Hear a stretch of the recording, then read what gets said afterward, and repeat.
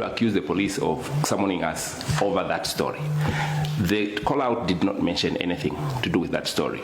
And when we appeared before the police, they also did not touch that topic. So it would be wrong and unfair for us to go in that area and talk about the 65 million because they didn't mention it. The police did not mention it. Now, you were asking around this story that we investigated around the 65 million. I want to make it very clear. We did not investigate that story.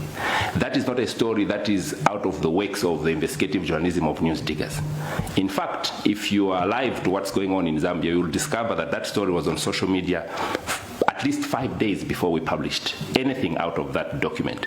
Now, you are referring to a document that was already on social media, okay?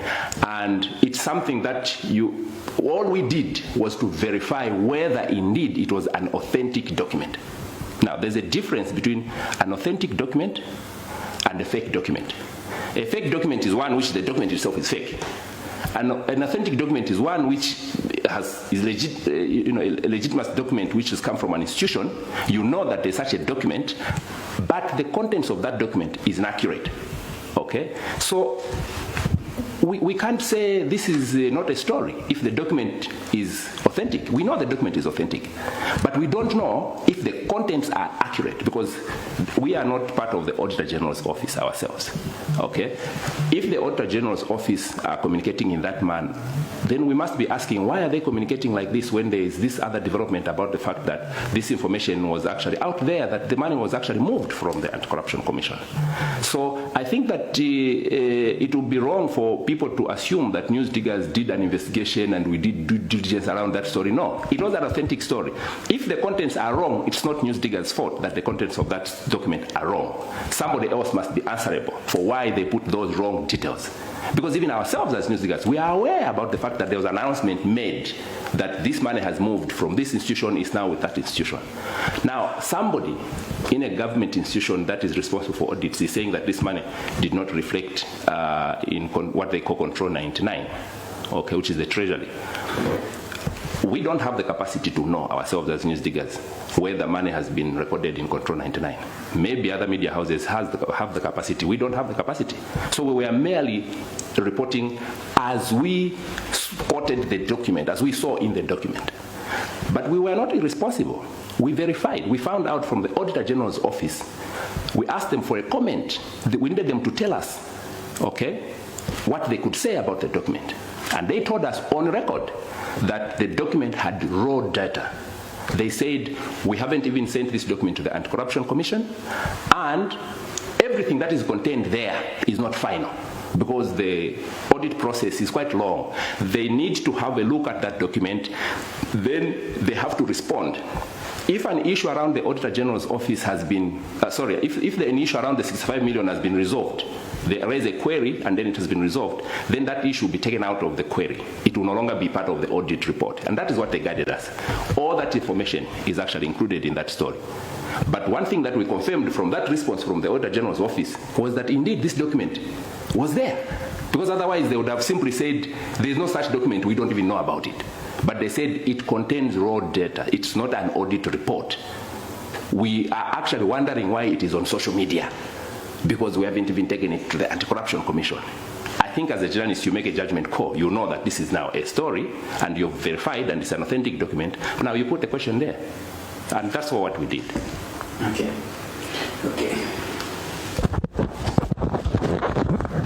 So thank you very much. We've been talking to Mr. Joseph Mwenda, who's the editor-in-chief at News Diggers, and we'll take you back to the studio where the midday news continues with Tommy. Thank you very much. Any of our news bulletins you can replay live on our Facebook page, Prime Television Zambia. Anywhere, anytime, be informed. In case you missed out on any of our news bulletins, you can replay live on our Facebook page, Prime Television Zambia. Anywhere, anytime, be informed.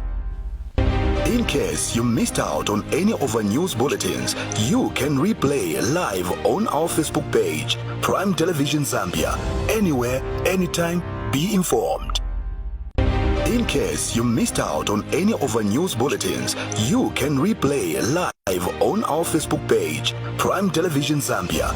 Anywhere, anytime, be informed. Many thanks to Oswald Kafanka with that live coverage of the proceedings at News Diggers. And the news continues. Some Katua constituency women have been boosted in their ventures after receiving sewing machines, crop seeds and money from governance activist Choma Mwachikoka. And speaking to the media during the handover ceremony, Mr. Mwachikoka urged the women to unite in order for them to achieve their desired results in their various businesses. He adds that empowering women is important as they play a critical role in society and economic building. Here's a report.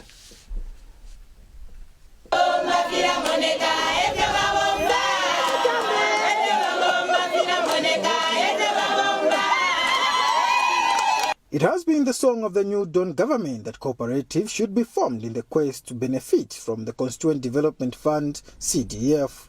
Therefore, women of Katua Ward in Katua constituency have received boosters in form of sewing machines, crop seeds and sum of amount in order to boost their plight as they wait to benefit from CDF.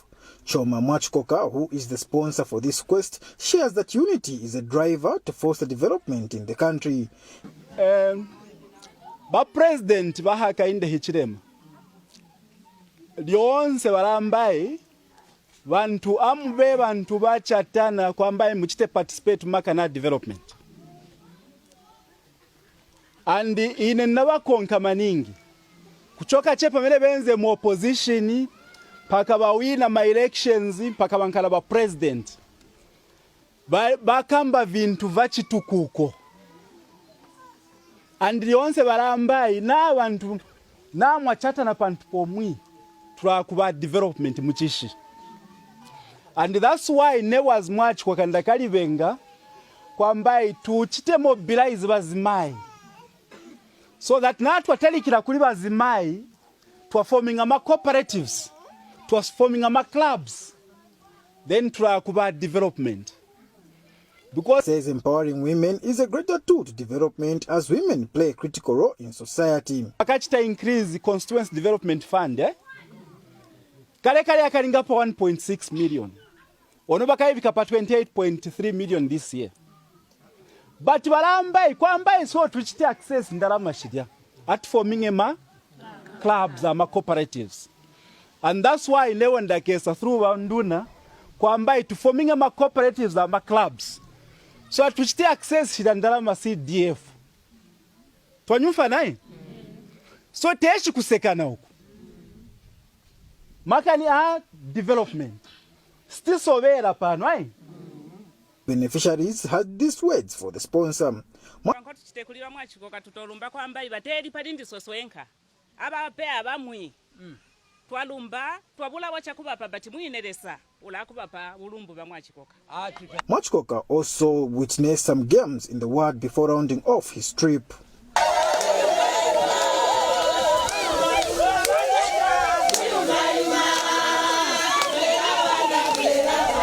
Jones Chirikazi, Prime TV News, Katua Constituency, Central Province.